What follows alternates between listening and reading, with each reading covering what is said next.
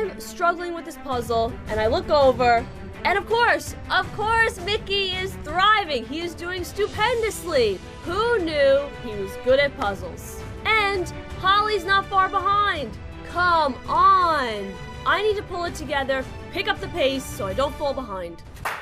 Yeah, you do. That's a clip from Sunday's episode of Big Brother on CBS. It is getting down to the wire. Only 3 contestants remain: Holly, Jackson, a.k.a. Mickey, and Nicole. One of the final 3 will be named the winner this week after living in isolation, we got to talk about this, all summer long. Joining us now is someone who knows what it's like to be in the Big Brother house, season 15 finalist, and now basically our employee, McCrae Olson, everybody. Big Brother legend. How's it going? Okay. So I always want to think of folks, too, that maybe don't watch Big Brother with the frequency that we do. So we're down to the final 3. Nicole is really the underdog, would you say? Absolutely. Why? Nicole just hasn't had a lot of the alliances that some of the other people have. The other 2 are in a showman. Yeah. So they've had each other the whole season. Nicole really hasn't had anyone, and she's had to struggle through a lot of, just problems in the house, I guess, really. Okay, let me give you a scenario. Let's say Mickey wins. And again, you gotta help me out here. If Mickey wins, he gets to take someone with him. Yes. On finale tomorrow night, yes, they will play a competition, and it's going to be like a Q&A type competition. If he wins, he gets to choose between Holly or Nicole on who he wants to sit next to in the final 2. And then Holly again. Holly is the one he's in the showmance with. Yes. So do you think he will choose Holly? Yes, I think that he has to take Holly. I don't think he can win against Nicole sitting next to her. If Holly ends up winning, I think she might have to cut Jackson, actually. So, they could cut that showmance off. And you were saying he's controversial. Why?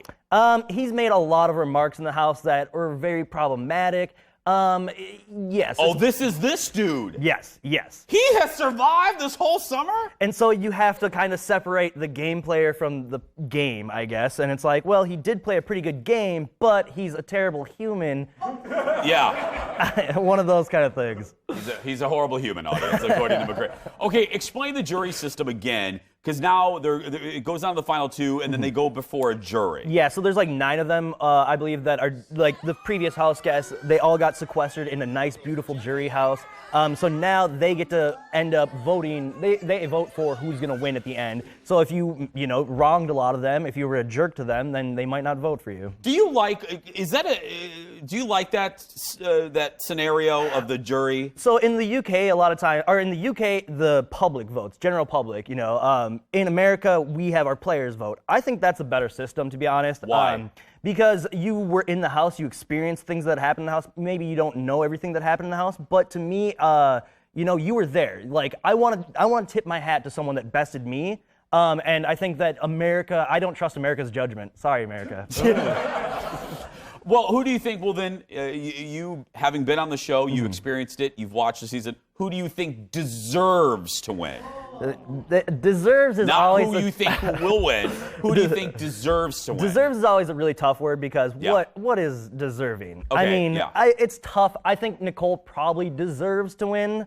But Jackson also kind of deserves to win. He played an actually crazy game, had to win through a lot of stuff. He also faced a lot of adversity in the house.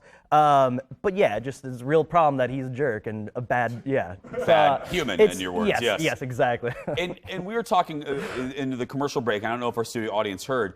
I was connecting the dots, and there's one thing to hear. Oh, Big Brother, you're sequestered in a house for 3 months or 4 months. There is another thing, it just hit me like a lightning bolt. These people have been without social media, without television, without anything since June. Since the last time that McCrae was here when we were at TCO for Vikings Week back in June. Yeah. That's a long time, and I never really thought about it that heavily. What is it like when you get out? It is absolutely insane. You haven't driven a car for 3 months. Getting in your car and driving feels alien. It feels like you're on a different planet. You're constantly checking for your mic pack, like we talked about on that one. You feel like everyone's watching you still, or you feel like there's cameras on you. It's a weird.